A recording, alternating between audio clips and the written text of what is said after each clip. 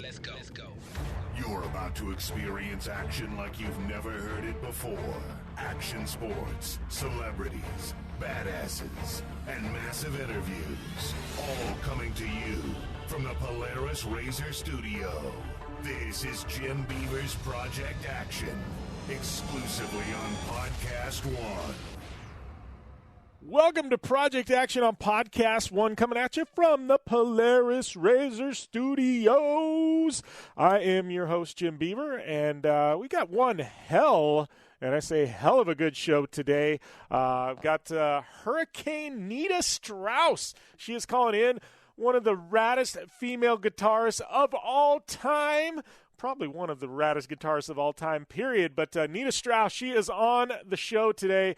Definitely looking forward to this one. If you're a rock and roll fan, if you're an Alice Cooper fan, if you just like chicks who know how to shred, you are going to love Nita Strauss. I am telling you guys, it's going to be a fun interview. You definitely want to hang tight for this one. I've been looking forward to doing this interview for quite some time. Finally got it nailed down, and boom, Hurricane Nita is on the show today. And, man, if you're a wrestling fan, you saw her play in Shinsuke Nakamura at WrestleMania a few weeks ago.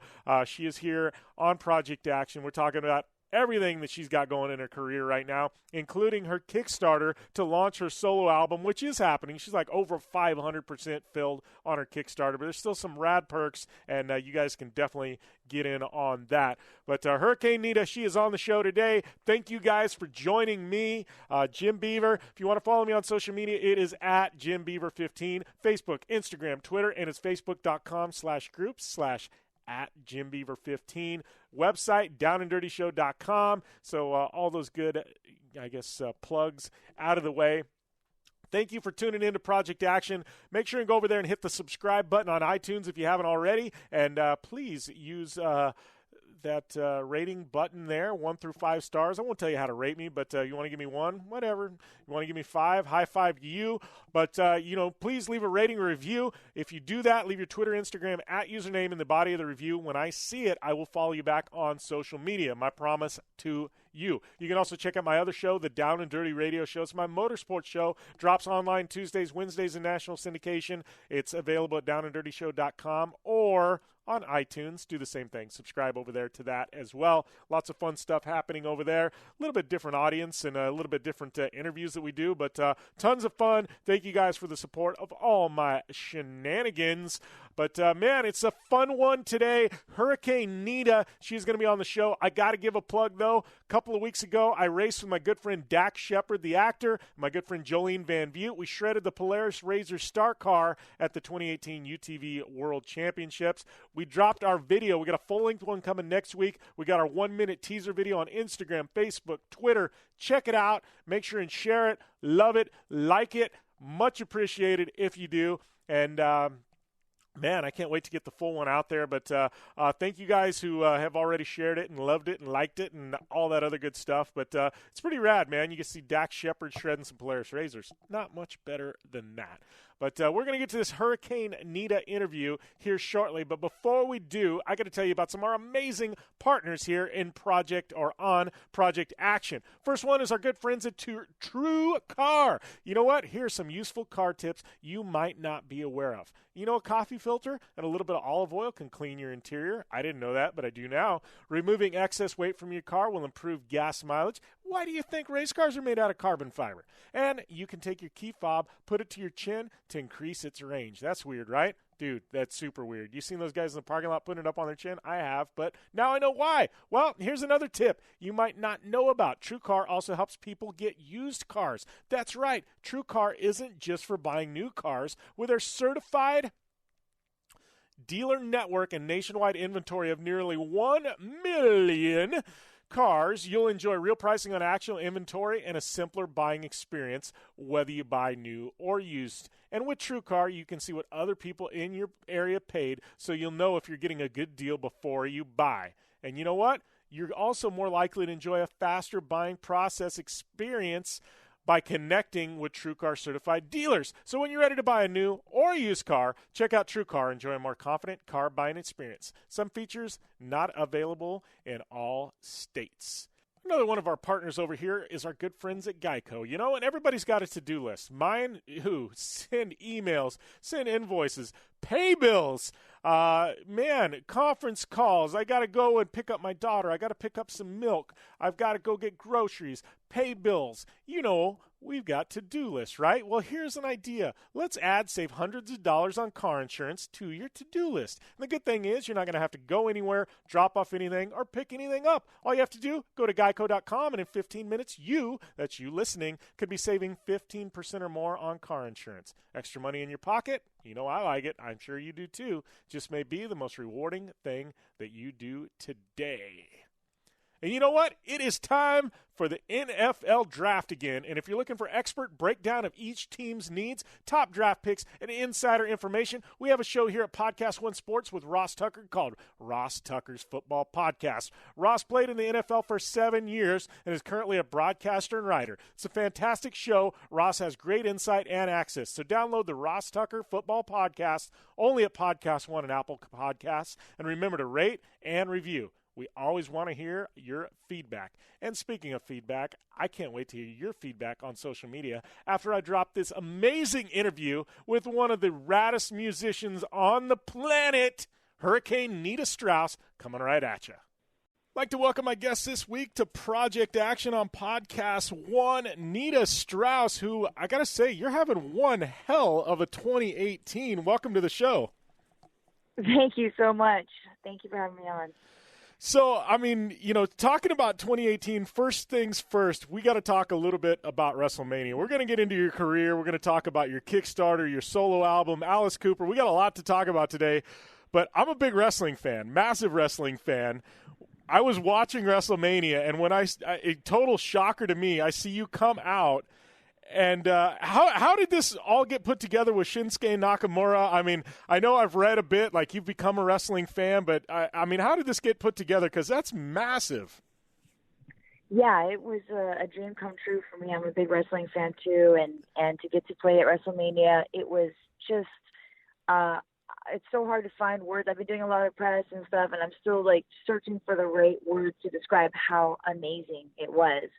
And it all started with my manager, Josh, back in January. Josh is a visionary. He's the type of person and manager, business person that gets an idea, like a wild and crazy idea, and makes it happen. And, he sees things and speaks them into existence. So he said, back in January, he said, you're going to play at WrestleMania, and you're going to play Shinsuke Nakamura's song. And I don't know how I'm going to do it, but this is what's going to happen. And surely enough, we didn't have any connection to WWE or the music team, but he started making calls and getting in front of the right people, and I think we got confirmed for it the actual week of WrestleMania. So it was sort of at the 11th hour, they said, yeah, we wanted to do it, and it was amazing. Wow. Yeah, and I got to say, I've been watching WrestleManias for years at this point. You've got people that make an entrance. Obviously, people, wrestling fans, immediately they think Undertaker, right? But WrestleMania is one where people make, extravagant entrances, but I got to say, this has got to be one that I think is going to go down in the books that people are going to remember for quite some time. It was that powerful. And Shinsuke, he's got an entrance anyways, but I don't know. I just got to say, you guys, whatever Josh did, it was a grand slam as far as I'm concerned. Yeah, as far as I'm concerned too. I actually, we have the WWE Network at home, so we've watched it back, and even if I wasn't a part of it, I still think it would be, one of the entrances that I'd remember for a long time. So it was really amazing that I got to be a part of it. Yeah. Well, and here's a question too. I know you say, you're a wrestling fan. Obviously I'm a wrestling fan, and I think one thing that draws me to wrestling, it's you can kind of step out and kind of live outside of your world, and there's a lot of theatrics that go on, and it's very much a production and a show. And for somebody like you, obviously you're on stage with Alice Cooper, but you look down the list of some of the best rock and roll, bands and groups and singers of all time, and it's a lot of theatrics, right? That had to really kind of play right into what you're used to. Oh yeah, definitely. The Alice Cooper show is a big theatrical stage show, and that's what I'm used to. So it was right in my wheelhouse. Although this is on a much grander scale. Yeah. Well, and talking about Alice Cooper, rock and roll, I kind of want to go back to the roots because You've got a crazy story in how you've got to where you're at, and I think there's a bigger story here, and I kind of draw some parallels to myself because I came from nothing and got to where I'm at with just kind of sheer will and determination. But I mean, kind of tell us about your story, because I know you were one. I think you at some point you just said, "Hey, I'm going to make it," and I mean, kind of take us back to the beginning. What drew you to music, and and kind of tell us your story of how you got where you're at. Yeah, I come from a musical family. My dad is a musician. That's who bought me my first guitar. And I started playing guitar at the age of 13, and I really was just immediately sort of drawn to it. As soon as I got serious about playing, I said, this is what I'm going to do for the rest of my life. So I played for 2 years, and I did my first tour. I did my first national tour when I was 15, and then and just kept going after that and continued on. And it never really occurred to me to have a backup plan, to do anything else, because I always thought this is what I want to do. I want a career in music. So I was always full speed ahead at that. I would play guitar for anybody that would let me play guitar for them, just to get that experience. And it served me really well in the long run. Yeah, well, and I know even on your Kickstarter it says "Have Guitar, Will Travel," and I got to say, you've played for so many different groups and bands and things like that. I mean, that's being able to have that type of background where you've played with so many people. I mean, now we're talking about going out on a solo career, but that's had to help you as a musician because you've had to deal with all different types of talent, right? Yeah, definitely. I think it's really important to be versatile as a musician. You have to really, you have to be able to play all different styles, deal with all different types of people, all different personalities, and that's been really helpful for me. Yeah. Well, and I know, reading through, you said you were one of those where the answer is never no. It's always yes. And sometimes when you say yes, you don't know how you're going to figure it out. But it's funny because I've got a friend who just started a podcast called The Answer is Yes. And him and I were talking about this like a week ago. But it's one of those, opportunities present itself and you just say yes. And you seem like one of those that, you're like, I'll figure it out in 24 hours if I have to. But the answer is always yes. You never say no to an opportunity, right? Oh, definitely, 1,000%. I believe that my whole life. If you have to say yes, and then you find a way to make that yes truthful, and that's what I've always believed. Anytime you have an opportunity, they say, "Can you do this?" If the answer is, "Oh, I'm not sure, I don't know," they will find somebody where the answer is yes. So and that door is going to close, and it's going to open for somebody that wants it badly enough to just say yes. So I think it's really important just to take opportunities as they come. Well, and with you particularly, I mean, obviously you've been in part of, some all-female bands and things like that, but did you feel like you had some added pressure as a female in the rock and roll industry? I mean, it had, I know female, whether it be lead guitarists or, lead singers, I mean, it's, they're becoming more commonplace, but it's still one of those things where it's, did you feel like it was, Sorry, I missed the last part. Oh, no, I just said, did you feel like, coming in, it's one of those things where you had that added pressure and it was, and it was a little bit tougher for you to claw your way to the top? I would say so. It probably was, now that I look back at it, because there weren't a lot of female guitar players doing what I was doing at that time. Now there are a lot more, and I guess they were doing it back then, but I didn't know of anybody. I didn't know about Orianthi or Millie Brosh or Courtney Cox or any of the girls that were coming up around the same time as me, because it was so few and far between. So it's cool now to look back and say, yeah, we did do something pretty cool. We did sort of blaze this trail. Well, and I know you've kind of put it out there, too. You said, you've very much, like everything I've read about you, you've always been such a positive person, and I know you've got something you call laws of attraction. What you put out there, you get back in return. And, I think that's, a lot of people coming up, whether it be in music or sports or anything else, they get discouraged. But it seems like, you try to keep it positive your entire career and, you keep the positivity flowing, and then, it all comes back to you eventually. Yeah, I read a great book called The Obstacle is the Way, which really helped me put all of that in perspective. That which stands in the way becomes the way.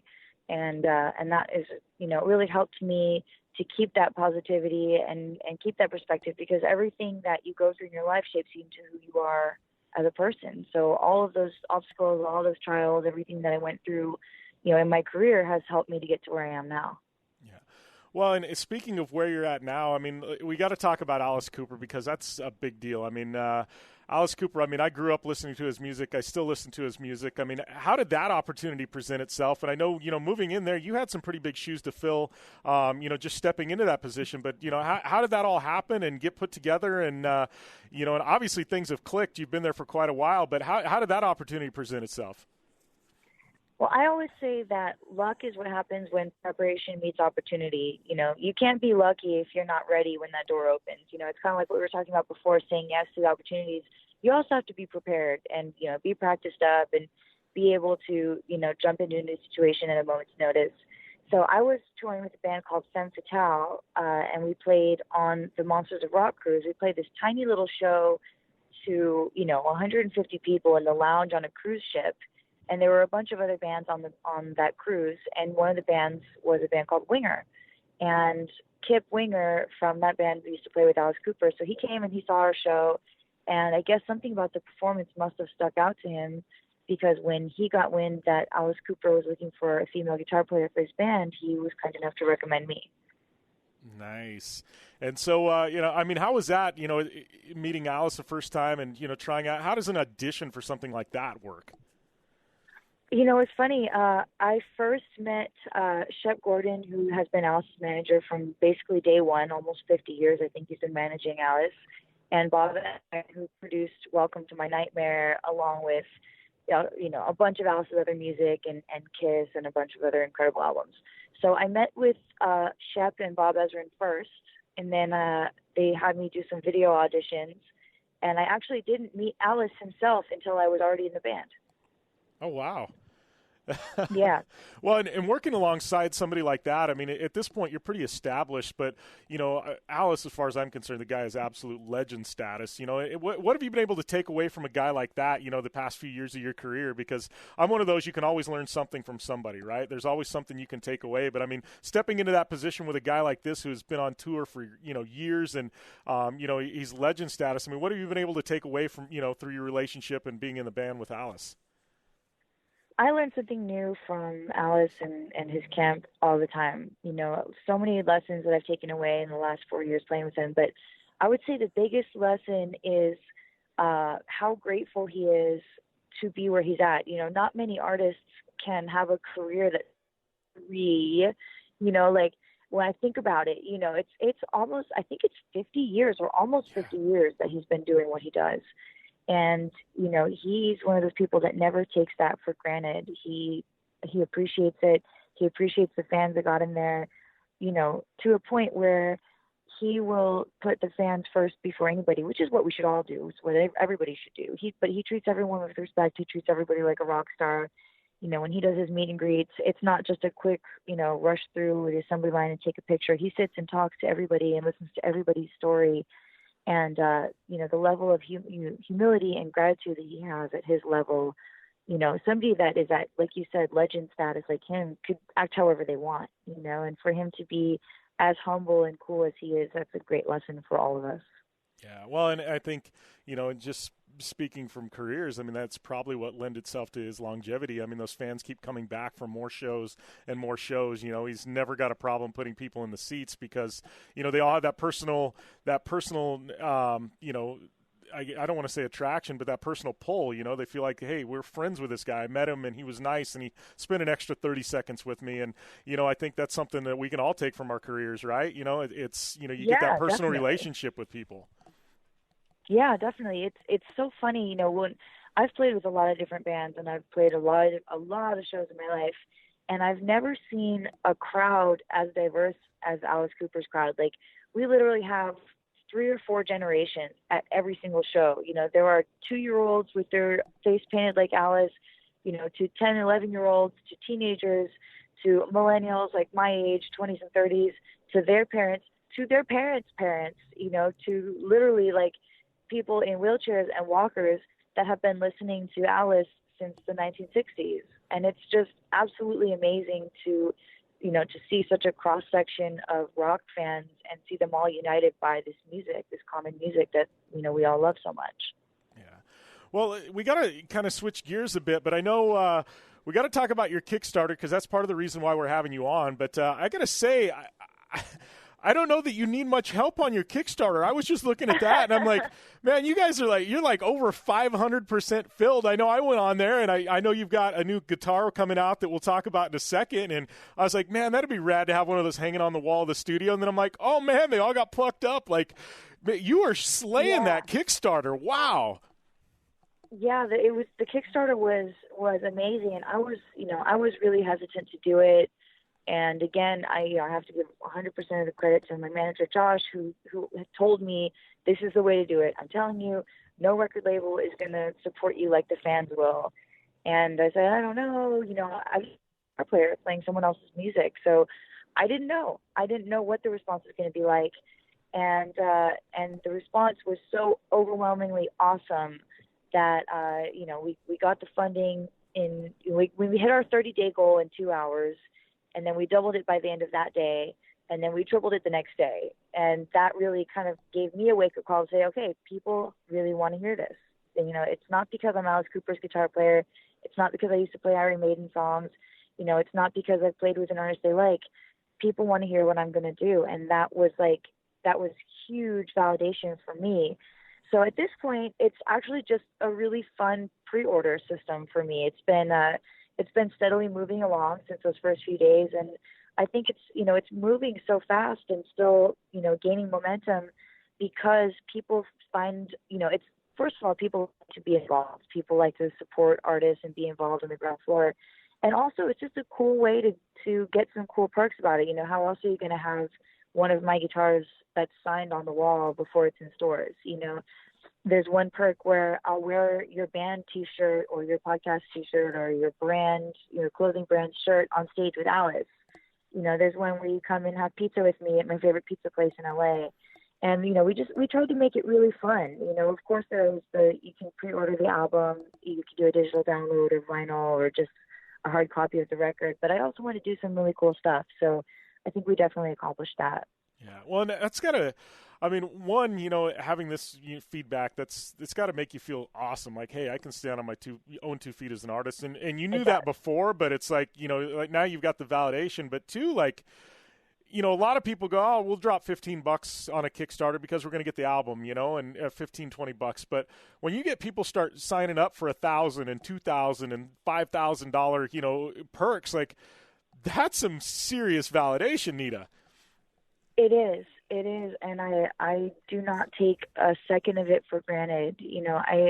I love what I do, and I love talking to people. I do all the Kickstarter myself, messages on there myself. I do all the answering of comments on 2 Facebook pages and a Twitter and an Instagram and a Snapchat. Like, I do all of it myself, and to see the response myself from people and to be able to listen to people and say, what do you guys want? You want vinyl? We'll do vinyl.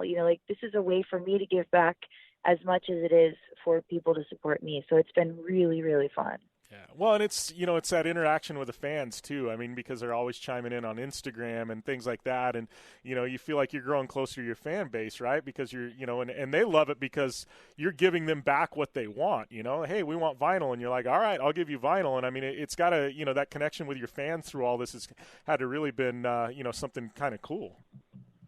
Yeah, it's really, really cool. I'm really, really so happy about it. One of the first things I did when we hit the goal, it was the day after the Kickstarter, and I put a post out. I said, all right, you guys, you did it. Thanks to you, we hit this goal. Now, what do you want? How can I make this cooler for you? And, and I added all the top stuff that they wanted. We sold out of the pizza days the first day. So they said, more pizza days. And I said, more pizza days you shall have. And now I'm going to have to add some gym days for all the pizza that I'm going to be eating. I've got 20 days worth of pizza nights now.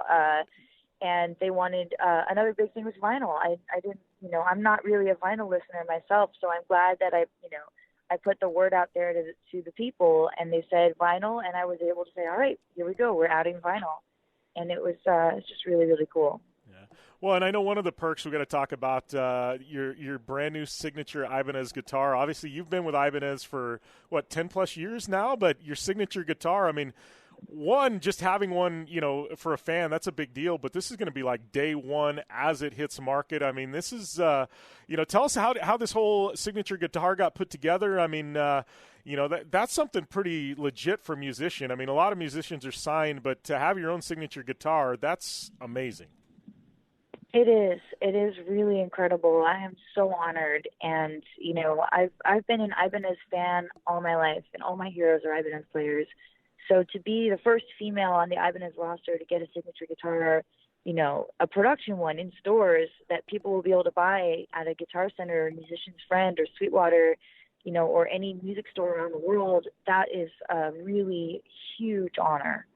Well, and before we let you go, I've got to give a shout out to my good friends. I race cars, so that's kind of my background. But Monster Energy, I've got a lot of friends over at Monster Energy. You're part of the Monster Energy family. How did that get put together? I know they've got a lot of musicians that they're involved in. How did that get put together with Monster Energy? Oh yeah, Monster Energy is amazing. I couldn't be happier to be on Team Monster. Monster Energy Music is a huge division of the Monster family, and I'm a loud and proud Monster artist. I wear the wristbands all the time. I drink drinks all the time, and yeah, it's just really cool. They have so much going on in music. They've had me play the national anthem at events, and actually they just contacted me about doing another one coming up. So it's just really cool. It's exciting, the opportunities that reaching out to different avenues will do. It's one thing for a guitar player to just work with guitar companies, and it's another one to work with different lifestyle brands like Monster. So it's very, very cool for me to be a part of it. Yeah, and I know, just having so many friends, and I work with Monster on certain projects, and have so many friends that are Monster Energy athletes and things like that. The things they do, they give back to their athletes, and the way they like to intermix them with different projects and things like that. I mean, there's very few companies that are able to do that, and it's got to be a fun part of being part of that family. Yeah, they really do. They're really supportive. They're extremely, extremely cool to work with, and yeah, like you said, they really give back. They really care about their athletes and their musician artists as well. And they'll do good photo shoots. They'll put out good content. And a lot of big companies like that. It's just sort of out of sight, out of mind. Yeah, we work with you, but we won't do anything for you. With Monster, they'll put out content about me. They'll tweet about me. They'll do cool stuff. They'll put me in their Music Monday, posts and stuff, which is just really, really cool. Yeah. So what's next for you? Obviously, we've got the Kickstarter winding down at this point. The solo album's a complete go. But what's next for you? Still more touring with Alice? I mean, what's the next few months look like for Nita Strauss? Yes, the solo album is a go, officially. You heard it here first. But yeah, I've got the next few months off from Alice. So I'm going to be really, hunkered down in the studio, getting this album recorded. I've also got some guitar clinics, and that's, to promote my guitar, the Ibanez Jiva. And after that few months is up, I'll go back out with Alice from August to November. And then it's looking like the first leg of my solo tour will start shortly after that in November. Nice. Winter solo tour. Looking forward to that. Any idea? I mean, this is going to be starting with the United States. Any big plans for that? Or are you still pretty much in the infancy of kind of getting that rolling? We're going to be starting in the U.S., yeah. Awesome. Well, I appreciate the time today. Definitely will keep telling people to go check out your Kickstarter. And, good luck with the solo album and the tours. And great catching up, Nita. Thank you so much, and thanks again for having me on. All right, thank you. Bam! Hurricane Nita Strauss. You got to love it. Amazing time with such a talented human being. Definitely, if you guys haven't, go check out her Kickstarter. Just search Kickstarter for Nita Strauss or Hurricane Nita. It's going to pop right up. Some goodies over there. I know I subscribe to the one where you get like the vinyl album and like a guitar pick, signed picture, the whole works. It's going to make some rad stuff to have hanging in the studio here. But thank you guys once again for tuning in. Please go to iTunes, subscribe to Project Action, leave a rating and review. Make sure and check out the Down and Dirty Radio Show, my other show. And you know what? Subscribe to that one as well. I'm at JimBeaver15, Facebook, Instagram, Twitter, and all forms of social media, as well as Google groups, or not Google groups, Facebook groups. It's at JimBeaver15. So Thank you guys for the follows. I love your feedback. You can DM me on all social medias or at downanddirtyshow.com. Use a contact form there. I will get back to you guys. Much appreciated for everybody that does. Love the fan feedback. Make sure and check out my Razor Star Car video. It's up on Facebook and all forms of social media as we speak. And also, man, you guys have just been absolutely phenomenal. We got some amazing guests coming up, but I need your feedback on what guests you want to hear on Project Action. Man, I love hearing who you guys want on air. I don't care if it's musicians, action sports stars, athletes, celebrities, MMA fighters, gamers. You tell me what you want to hear, and we will get them on air here on Project Action. My promise to you guys. So you got to let me know who you want to hear, and we will do our best to help make it happen. So thanks again for all of you for tuning in. Thanks to Hurricane Nita Strauss for coming on to the show. Definitely go and check out her Kickstarter. And I don't know. We are. I think we're going to sign off for today. We'll be back next week. And, man, we've got Chris Mazder, Olympian Chris Mazder. He is going to be on Project Action next week. You know, the guy that took the first ever medal in luge in South Korea at the Winter Olympics? Yeah, that Chris Mazder, boom. He is on Project Action coming at you next week. Definitely want to look forward to that. And my good friend Jim Riley just dropped a podcast called The Answer Is Yes. We're helping him produce it. He is doing the magic of talking on the mic, but go over to iTunes, check it out. It's called The Answer Is Yes with Jim Riley. And be safe. As always, game on.